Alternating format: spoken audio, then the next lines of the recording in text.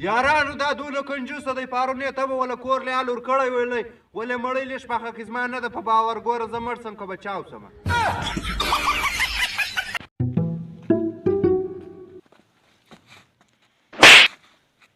مخ ته ګوره چې را روان یې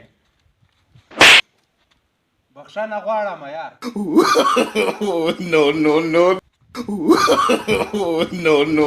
نو ته نه وینې چې په خلکو کې موټرسایکلان وایه السلام علیکم سرجي وعلیکم السلام ولې دونه وځنډېدلې یاره زما د نیکه و دانا سره جنګ ولی نو ستا په کیسو یم وله نو خو ما ګواښ کولی او یوه مسله بله هم وله هغه څنګه یوه چوټه مې د انا سره او یوه مې د نیکه سره وه یاره دین محمده ولې زاړې څه به در سوي دي یار زړه مې نه لګېږي نو چې نه لګېدی بیا دې ولې کښلی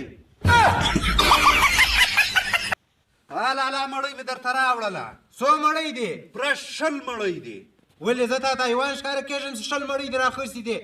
یوه دانه بیرته یوسه 19 پرېږده ولې دا 19 بیا د انسانانو خوراک دی ما ستا ته 10 لک روپۍ درکړې هغه دې څه کړلې پلاره نیمې پیسې راکړه زه شناخته کارت په جوړوم نیمې پیسې بیا ولې ستا نوم به پکې نه یې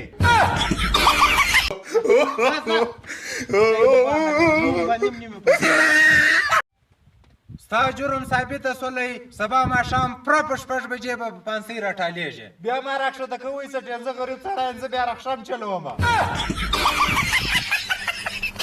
راسه ویوه دا څه ښه نو خدای ولې ومې زه دلته ګیم کومه یاره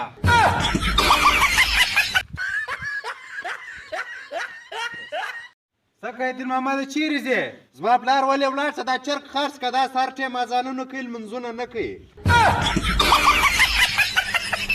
ملګرو زه مخکې ډېر غریب ولم بیا زما په زندګۍ کې داسې خاص شخص راغی او اوس د غریبۍ سره سات زه بیخي ډېر قرضداره یم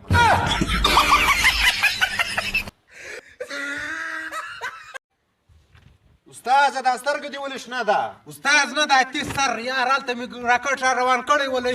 وروره بریکې کار پرېښوی شوټ په کور ننوتلی هلته د سړی په موبایل کښې ودرېدلی کور والا هم پروت وي په کټ باندې ما ورته ویلي انډیواله دا لار چیرې کړلې ده ولته یې راکښته سولو مضبوط دی په 4-5 ووالمه بیا ویل دا بل دیوال په ونړو شوټ په چوک ته وروځي مخکې زما یار راته ویلې ولې یاره یو شی مه یې خوره ډېر کمزوری شولې بیا زه راولاړ شوم د ده 500 روپۍ مې وخوړلې یاره 500 روپۍ خو اوس راکړه بیخي وچه ولاړه ده نسته له ما سره هم نسته ځه ولاړ سه ما ورته ویلې شیان خوره د 500 روپۍ